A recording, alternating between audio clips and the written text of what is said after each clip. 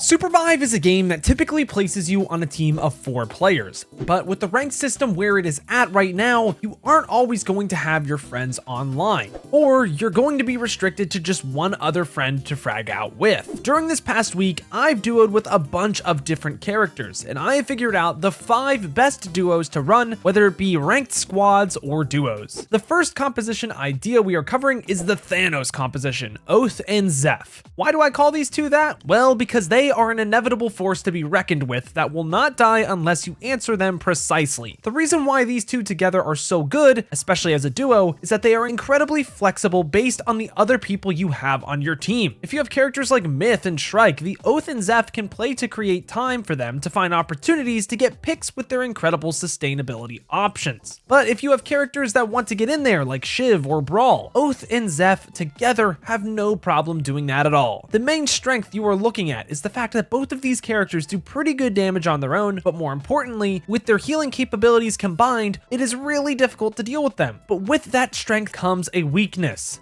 If you get antied early in the fight, it can be really difficult to recover from, considering that it is a pillar to your success on the composition. If you want to swap either of these hunters out for a Hudson, that is also a respectable option considering he is so strong right now. But for all of the duos I list in this video, the current strength level will not be assessed. Rather, the hunters' identities and their synergies between them will be the main criteria we focus on. Next up, we have the Brawl squad, with a W that just so happens to have Brawl within it, containing Brawl and Kingpin. Honestly, at first I didn't think these two matched up all that well, but I've been seeing what Phenom and Lemur are doing to people in ranked on these characters, and it just makes sense. In a ranked environment, these two are very self-sustainable and don't really need a whole lot from the team in order to play their game. On top of that, if one or the other does find some value, it does inherently help the other hunter as well. For example, if Kingpin finds a hook and knocks an enemy, Brawl can face this, the Wisp, which instantly empowers him, allowing him to do massive damage. Not to mention, both of these characters also have insane potential over the Abyss, considering they both have dunks in their kit with their slams. Overall, these two were a surprise to me, but they are very strong. The main weakness in this composition is that they suck when they are in a neutral poke war with a bunch of teams, as the only option they really have is Kingpin's hook. It's usually commit or die with this team, so you have to eliminate the lobby fast, which isn't too hard in ranked, all things considered. If you want to swap either of them out for a more chill pick, like a Luna, that is totally fine too.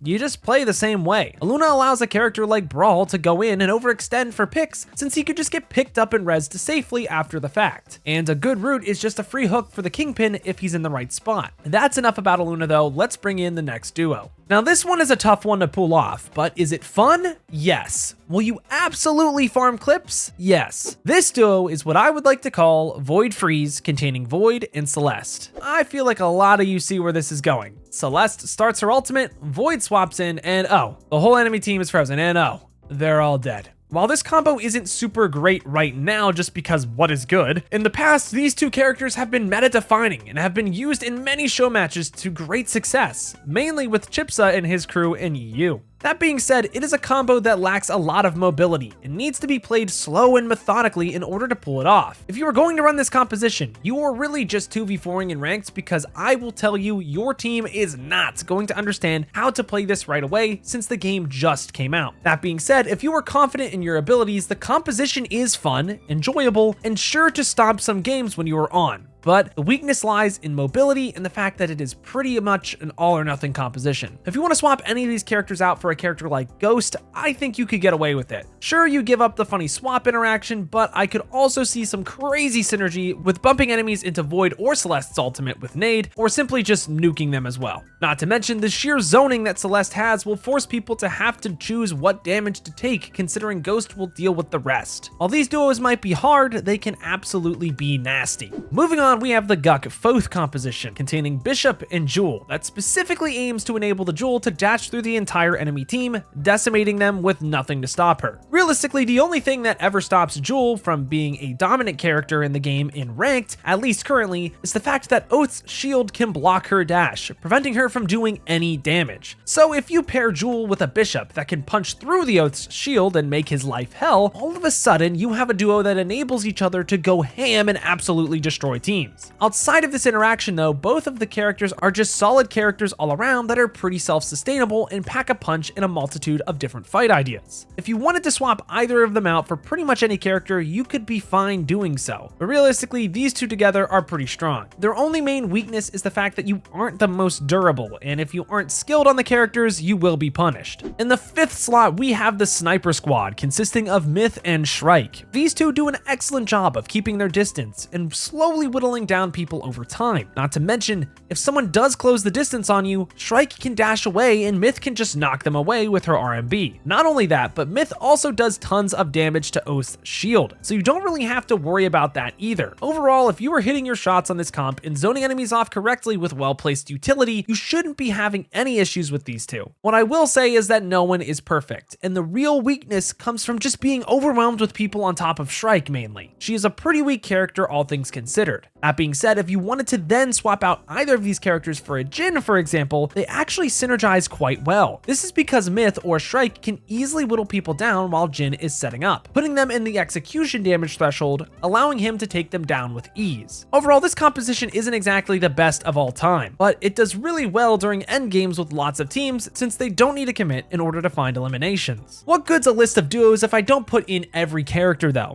I know I said 5, but here's a bonus duo that is extremely strong, and that is Shiv with Felix. You know how at the start of the list we said that Zeph and Oath are pretty strong? Well, this composition is the opposite to that composition that defeats their will to live. Simply put, they spread a lot of anti-heal, and a lot of anti-heal fast. Not only that, but they do incredible damage as well. The main combo I see is Felix going in for an ultimate, pulling them all in just for Shiv to go in and decimate the entire enemy team with her ultimate. It's simple, it's clean, and it's effective. The problem with this combo is the fact that it literally is an all-in or nothing combo, and if your team isn't ready for the smoke, they are going to get smoked. There isn't really any hesitation you can have in your engagements. You are either in or you are not, and some players aren't going to be ready for that tempo depending on the hunters they are on. For ranked though, this combo will always be strong if you and your duo are competent on the characters. And that closes out today's video covering the best hunter duos in order to carry games across all playlists. Hopefully this helps you all out in finding what playstyles you all like best with the current cast of characters we have. If this is the kind of content you guys like, let me know in the comments down below and I can start working this into our weekly schedule. Thank you guys all so much for watching, but until next time, I've got to peace out and Paz out. I'll see you in the next one.